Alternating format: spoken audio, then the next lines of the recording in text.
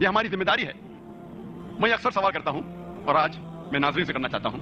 میں آپ سے پوچھنا چاہتا ہوں کہ جب ہم ہمارے بچے کے مستقبل کے بارے میں سوچتے ہیں, ان کے مستقبل کے بارے میں سوچنے کا صحیح وقت کبھی ہے؟ بچے کے مستقبل کے بارے میں سوچنے کا صحیح وقت کبھی ہے؟ ہم کیا چاہتے ہیں کہ ہمارے بچے مستقبل میں کیا بنے, کیا کرے, علم حاصل کرنے کے بعد کیا بنے, کیا پڑھے؟ صحیح وقت کب ہے؟ کب؟ اسکول میں ڈالنے کے وقت. کبھی کئی لوگ بگڑ جواب دیتے. کچھ لوگ کہتے ہیں کہ اسکول سے فارغ ہونے کے بعد میں میرے بچے کے مستقبل کے بارے میں سوچوں گا, کیا بڑا بن کے کیا بنے, کہ ڈاکٹر بنے, کہ انجینئر بنے. کچھ لوگ کہتے ہیں کہ 10ویں کے ایگزام کے پہلے 2 سال پہلے میں انہیں ٹریننگ دوں گا, تو 8ویں سے میں میرے بچے کے مستقبل کے بارے میں سوچوں گا. کچھ لوگ کہتے نہیں, جب بچہ اسکول میں داخل کروں گا, میں جب بچے کے اسکول کے داخلے کے پہلے میں اس کو ایک اچھی اسکول میں ڈالوں گا تاکہ میں اسے اچھی تعلیم دے سکوں. ایک شخص نے مجھے کہا کہ جب میرا بچہ پیدا ہوگا اس وقت میں اس کے مستقبل کے بارے میں سوچوں گا.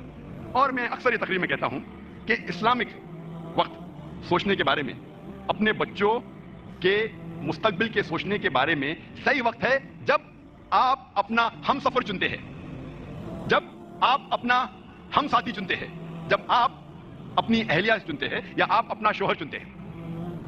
یہ صحیح وقت ہے, یا آپ کہہ سکتے ہیں آخری وقت, اپنے بچوں کے مستقبل کے بارے میں سوچنے کا.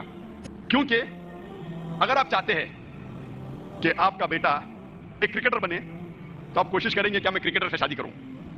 آپ اگر چاہتے ہیں کہ آپ کا بچہ ایک گائک بنے, سنگر بنے, تو آپ ایک ایسا ہم سفر چنیں گے جو گانا جانتا ہے.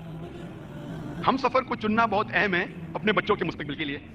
اسی لیے اللہ کے رسول فرماتے ہیں کہ جب آپ اپنا ہم سفر چنتے ہیں, اپنی اہلیہ یا اپنا شوہر, تو انسان 4 چیزیں دیکھتا ہے اس ہم سفر میں.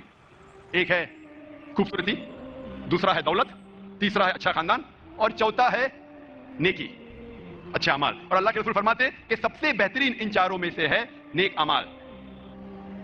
باقی 3 بھی آپ دیکھ سکتے ہیں لیکن سب سے بہترین ہے نیک اعمال, اچھے اعمال, دینداری.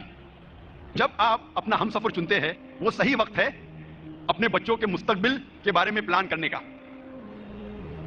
جب ہم علم حاصل کرتے ہیں, علم 2 قسم کا ہوتا ہے.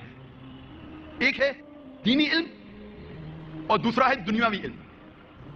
ہر والدین کا فرض ہے کہ وہ اپنے بچوں کو تعلیم دے.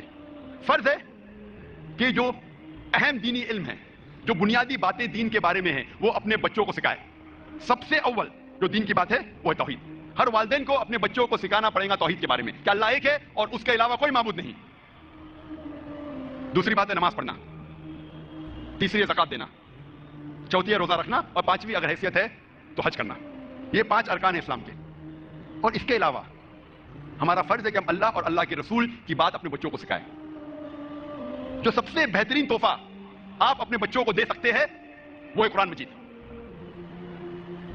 اکثر مسلمان اپنے بچوں کو سکھاتے ہیں عربی پڑھنا تاکہ وہ قرآن مجید کی تلاوت کر سکے, اور 80% سے زیادہ مسلمان غیر عرب ہے, عجم ہیں, وہ عربی نہیں جانتے. لیکن پھر بھی اس کے باوجود خصوصاً ہندوستان میں, اس دیش میں, ہم ہمارے بچوں کو قرآن مجید پڑھنا ضرور سکھاتے ہیں. اچھی بات ہے الحمدللہ. لیکن افسوس کی بات ہے کہ ہمارے بچے قرآن مجید کی تلاوت تو کر سکتے ہیں لیکن اس قرآن مجید سے ہدایت نہیں پاتے کیونکہ ہم عربی نہیں سمجھتے.